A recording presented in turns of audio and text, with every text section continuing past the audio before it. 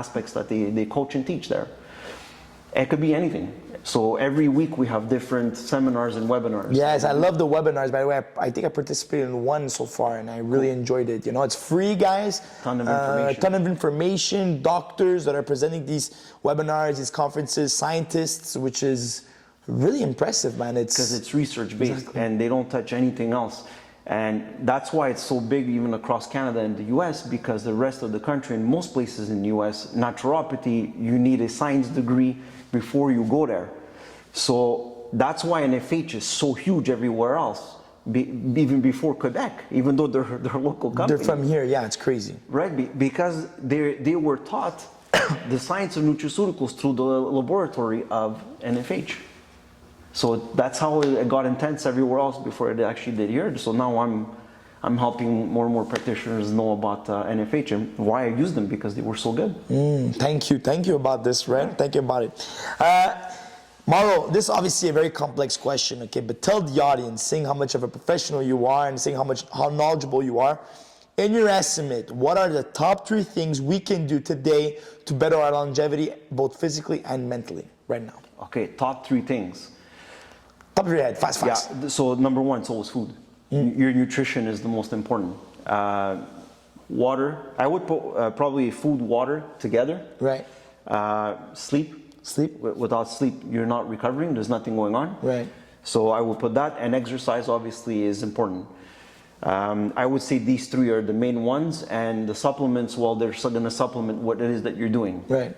So you can throw in there as a bonus number 4. I have a question about sleep. Does the time before you go to sleep matter? Because I follow Paul Chek. You know Paul. You know Paul Chek, right? Paul Chek always mentions get to sleep at 10:30, 11. I tell my clients get 8 hours of sleep. That's what's most important, because you know some clients, they get home late, like myself. I get home at 9, 9:30 because I'm here all day. It's very hard for me to be in bed at 10:30 on the dot, right? Is it important? For most people. For most people. Is it important or not what time you sleep at? I would say it's important, all depending on when you wake up. Right. Okay, so if you're gonna wake up at 6 a.m., maybe you should go to sleep at 10. Right. So you do want to get in about your 7 hours. I'd say, listen, for an adult, I would say 7 solid hours is a good marker. Something I've seen even through my practice, with my experience. People do very well between that 6.5 to 7.5 hours. Okay. I mean, telling people 8 hours is not a bad gig here. No, for sure. Yeah. Aim for 8, get 7, right? Kind of a thing. Man, if you can get 7, I can tell you that's solid. Right. A lot of people struggle with that. In terms of training, you mentioned training. How many times would you recommend somebody to train a week? For longevity. Yeah, for longevity. I mean, I would say get moving at least 3 times a week. Right. Keep your body operating. We were designed to push, pull, and lift. We're anabolic creatures. So it is important that we do, and we stay anabolic. Right. And anabolism for us is critical to longevity. Our muscles are interrelated, very importantly, with our immune system. So last I checked, this is important for us not only to age properly and be standing nice and tall without having to bend or use a cane or anything as we age. Or I don't want to need anybody when I'm 90. When I'm 90, if I die in a gym deadlifting, I'm gonna die with a smile. You know what I mean? Exactly, so for sure. That's how it is for me. I just recently saw a video of Arnold Schwarzenegger. I don't know if you saw. He was on a podcast, and it was on the Logan Paul podcast, and he said, and they asked him, are you still lifting? Are you still training? He goes, of course I still train, I still train. It's important for me to still train, I still lift every day. I'm looking for the bump, It's a part of who I am, And, and it's crazy because he's almost 80 now, and the guy is still lifting hard, and, he still looks very good for his age, and he's all there, mentally, physically. Ocean man. He is the Ocean. This guy is the example, just like Sylvester is. Yeah, exactly. These guys are literally the example, and I want people to see that because it's funny. I talk about it with a friend of mine, one of my close friends. We talk about this sometimes. When these guys die, it's like it's gonna be hard to replace. Yeah, and you look at the other generations, and it's like. I looked up to these animals. Right. Yeah. What are you looking up to? Yeah. How come I want people to see that. What are you being inspired by? Yeah. I'm being inspired by people that were telling me, man, eat better, get in the gym, do what you need to do. Arnold was one of the first people that was telling women that, you know, weightlifting is important. Yes, you're so right. Yeah, and he was right.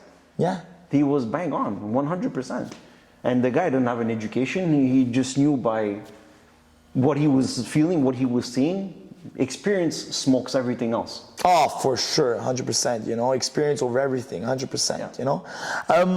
Now let's reverse it. Yeah. What are the top foods that we should stay away from, and why? Top 3, let's say. Top foods. Top foods that we should stay away from? Yes. I would probably say, obviously, fast food has got to be on the top of the list. Processed foods.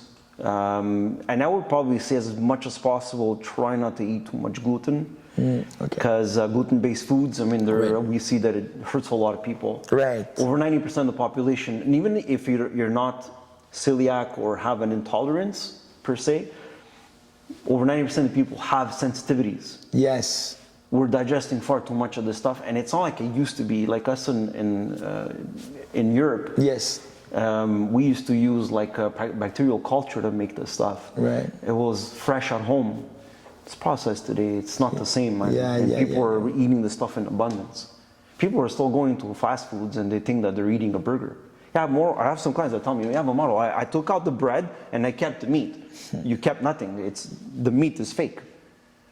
How do you not know yet that this food has been processed and there's a ton of fillers in there? Yeah, but the package says 100% pure beef. Dude, it's marketing. Yeah. The beef they put, obviously it's 100% pure beef, but what else is in there? That's what you need to understand. You're not eating real food. Wow. I want people to eat mainly at their homes. If you're gonna cheat, grab a pizza.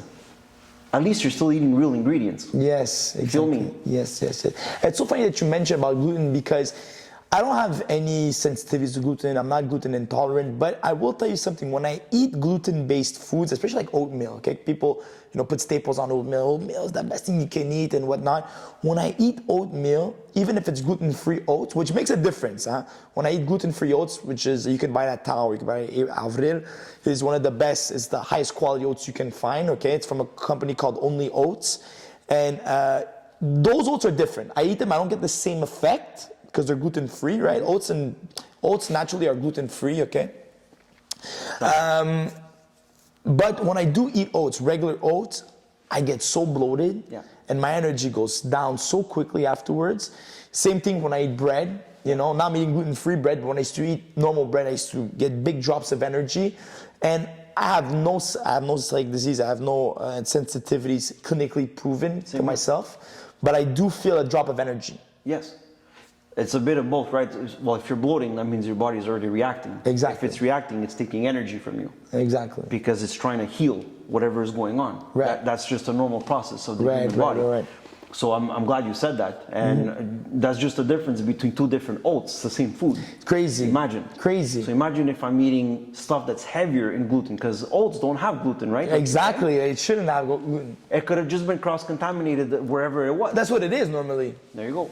And you're reacting. That's how sensitive your body is. But that's good. That's just to show that your body is clean.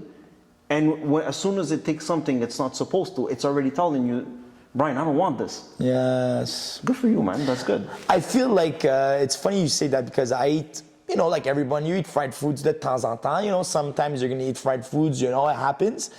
When I do eat fried foods, man, I get the crazy stomach aches, and my body doesn't feel right, you know.